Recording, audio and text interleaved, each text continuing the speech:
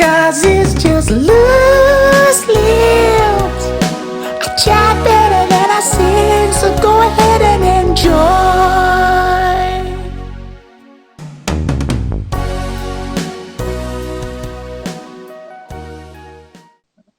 Uh, well, to be honest, I was back for Andrew Weatherall's funeral. Fair. Yeah, I don't know. I mean, surely you heard the news, but Yeah. yeah, I don't know if you knew, but I shared a studio space with him in Tottenham. So yeah, for about 2 years, I had a room next to his in a sort of common area in this factory in Seven Sisters, Tottenham. And it was like Andrew's kind of R&D lab. It was like just research and development. He had another studio down south with Nina from the Woodley Research Facility, um, where he had some synths and stuff, and then basically this space was like all his records and books and like turntables and speakers and stuff like that. And so yeah, so we shared that space for a couple of years when I was living in London, and then I came back to Australia, and then fell ill and was unable to return to the UK. So basically, kind of put my life in storage remotely, and obviously we'd stayed in contact via email.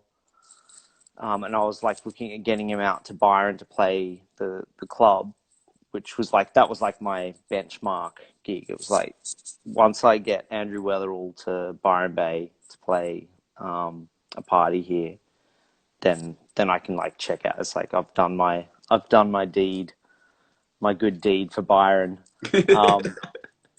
And then I took 2 weeks off because we'd just come out of the summer season, which is like nuts in Byron. Like the club was open 7 nights a week. We had like, crazy events, like back to back, like nights in a row. And I was knackered. My brother had just had his first daughter. He lives in LA, so I just went to spend 2 weeks with him in LA. Got off the plane, and when I was mid-flight, the news broke that Andrew had passed away, and so turned on my phone and like 100 messages kind of pumped through. And then I spent a few days in LA, and I realized like I kind of needed to go back to London. I hadn't been back in 2 years. I'd lived there for 6 years, left unexpectedly, and then hadn't returned for 2 years. But then when that happened, it was like, okay, I have to go back. Were you planning on coming back, regardless of the situation? No, there was no plan. Yeah, it was impromptu. It was just by chance that I was in LA, and had sort of dedicated like 2 to 3 weeks of just nothingness. So in a way, it was like strangely convenient in that sense that like I was in a position where I could just go, all right, I'm just going, even though I didn't know what the sort of arrangements were for like a service and all that. It was just like, okay, I need to go to that space. And it was really weird. I went back to the studio, and Timothy J. Fairplay had taken over my room. So I went to visit him and see how he was doing, and and like there were ashtrays in there with Andrew's sort of half smoked joints still like just sitting around, and everything was just as I'd left it, or as I remembered it, I should say. So it was quite a strange trip back to London, but the service was incredible. So and it was like a really good send off, and it felt like when I was in LA, like and I just heard the news, and I sort of felt pretty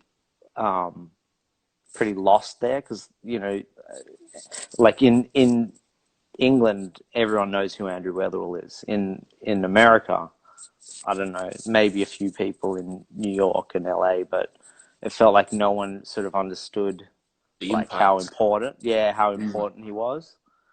And that was kind of like making me feel sort of detached and disenfranchised. So I was like, as soon as I got back to the UK,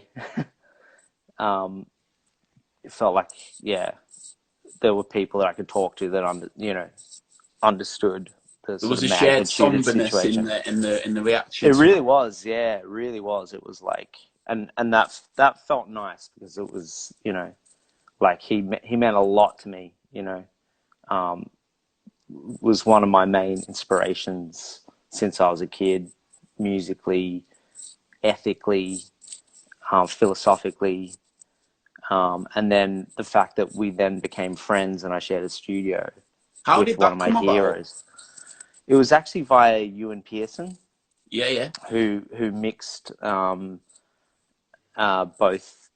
the Jaguar record. He basically mixed every Jaguar track. And he and I met years ago in Sydney when he was DJing at a club, and he actually produced my band before Jaguar, which was called the Valentinos, and then it was called the Los Valentinos, which is like a post-punk funk band. And so we met years before Jaguar, and then he was actually the first person I kind of sent Come Save Me to, and I was like, well, like, check out this track, and he was like, this is good, man, I'll mix it for you. I was like, sweet. And then the rest is history. But so he and Andrew were friends. Andrew, there was only a handful of people that Andrew would DJ back to back with. Ivan Schmag, Optimo, a handful of others, but Ewan Pearson was in that very elite group that Andrew would do long back-to-back sets with. So they knew each other through DJing and through music. And then Andrew had been evicted out of his studio space in Shoreditch, which he'd had for like 25, 30 years, like since the, back in the day. And he actually wrote this great article on Ransom Note about it, about gentrification in London, and it's very funny. And so he just moved from there and found this new factory space in Tottenham. And obviously there was a second room, and so he offered it to Ewan.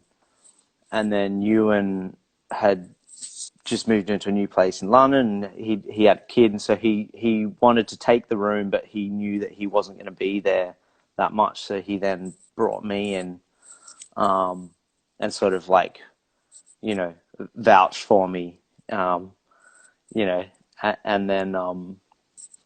then immediately Andrew and I became friends, just by proxy, I remember when I first, when I first spent a day with him in the studio, it was like pretty intimidating because he's like, he's like, he doesn't suffer fools lightly, and he's essentially comes from a punk background, so I thought he was going to like eat this Antipodean kid for breakfast, but he was like a true gentleman, and like even his record collection at first, I thought, okay, this is going to be off limits. I'm not gonna, but he was like straight off the bat. He just took me through and explained from left to right how everything was kind of he's like, that's like dub, 70s dub, more modern dub. That's 90s techno and rave. That's house. This is more new school stuff. That's more like worldy. That must have been surreal. Punk. Oh, it's wild, man. It's like it was like having my own like personal curated like boutique record store, like hand curated by like Andrew Weatherall's 40 years of gathering music. And you were Like it also was, there to talk you through it as well. yeah, Yeah, yeah. yeah. And there was a That's constant incredible. influx as well. It wasn't even just it wasn't a static collection. It was like every week it was like updated with new shit. I walked through the door, on Monday morning, and he'd come running out and be like, "Have you heard this? Have you heard this? Have you heard this?" Just throw me 5 records, What do And you think so that's one thing it felt about like his a own? master class. Like it felt like a 2-year masters in like in acid house culture. Do you think that's one of his greatest gifts was his everlasting enthusiasm, like the fact that he was still running out to you saying, "Look at what I found," because Yeah. that's one thing that really came out Yeah, in he his never got passing. jaded.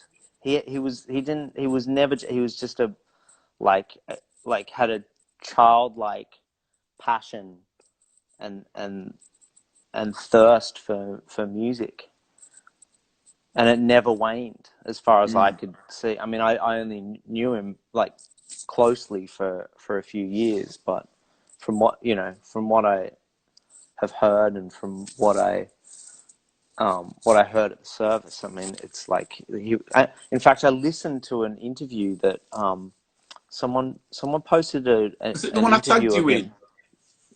him. May have been. It was 1990. Ah, no, it weren't that one. It was like 1990, and it was just like around, like it was just before I think Loaded had come out, like you know Yeah. the sort of like the track that changed everything for him and for Primal Scream. And I think he'd just done the Happy Mondays Hallelujah remix with Paul Oakenfold. So this interview is just between those two remix. I think he'd done Loaded, but it hadn't come out yet. And just like hearing him in that interview in 1990, you know, like he sounded the same. Like his everything, like the energy in his voice had not changed. It was just so fired up. And so thoughtful as well, though. So deep. He always had 2 or 3 books on the go. Like he's extremely well read, and as a comedian, I'm sure you can appreciate. He's actually hilarious. I don't know if you've read any of his quotes, but he's a funny guy, man. Hilarious guy.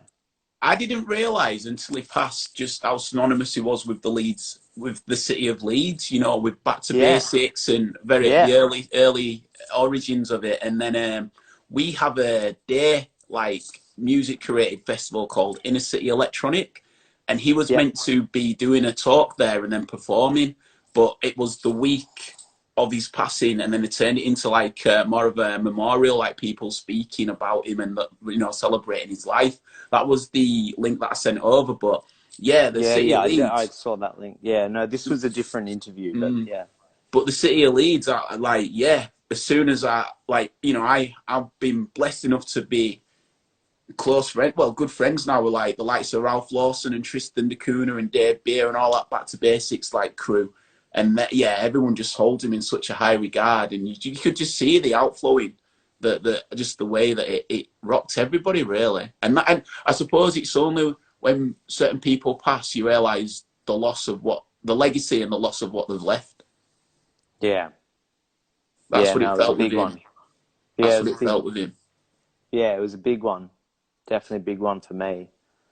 Would you? Still feeling the ripples of it, to be honest, because it was like I actually remember at the um at the wake having a conversation with one of his family members, and it was like we're sort of talking about like what's it going to feel like tomorrow when you sort of, because I think everyone was sort of in shock up until, I think that's generally the sort of arc of, and I guess kind of the function of a funeral in some ways is it sort of like takes the shock, puts it into like reality, and then you Mm, get a chance to actually let go of the person.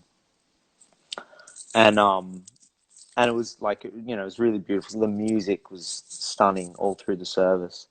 Um, and I was chatting, and we were talking about like how it would feel, like what's the world going to feel like to us without Andrew in it, because it felt like he was just this constant, I'd heard people sort of describe him as like he'll be like the cockroach after the nuclear apocalypse. Like everyone will die. He'll still be in his bunker, like making techno and DJing. Like he was immortal. And it felt like, I mean, to me, because literally, like, the day after the funeral, I had to just get on a plane and get back to Australia because everything was like, ramping up. And so it sort of felt like after he left, like the whole world just went to shit. Like the world is it's a completely different world. Like for me, it's like the pre-Weatherall world and the post-Weatherall. That's it. Yeah. Yeah, pretty wild. Anyway.